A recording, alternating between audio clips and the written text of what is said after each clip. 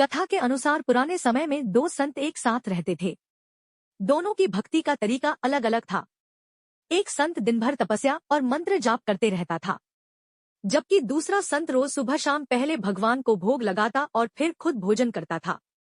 एक दिन दोनों के बीच झगड़ा होने लगा कि बड़ा संत कौन है। इस दौरान वहां नारद मुनि पहुंच गए।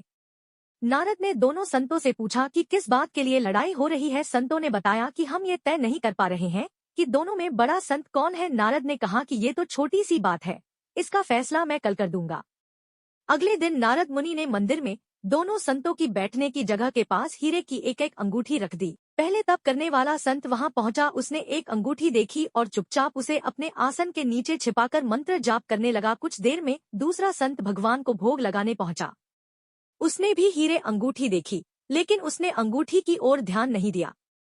भगवान को भोग लगाया और खाना खाने लगा। उसने अंगूठी नहीं उठाई। उसके मन में लालच नहीं जागा, क्योंकि उसे भरोसा था कि भगवान रोज उसके लिए खाने की व्यवस्था जरूर करेंगे। कुछ देर बाद वहां नारद जी आ गए। दोनों संतों ने पूछा कि अब आप बताएं कि हम दोनों में बड़ा संत कौन है। नारद ने तपस्या करने वाले संत को खड़े होने के लिए कहा। जैसे ही वह संत खड़ा हुआ तो उसके आसन के नीचे छिपी हुई अंगूठी दिख गई। नारद मुनि ने उससे कहा कि तुम दोनों में भोग लगाकर खाना खाने वाला संत बड़ा है।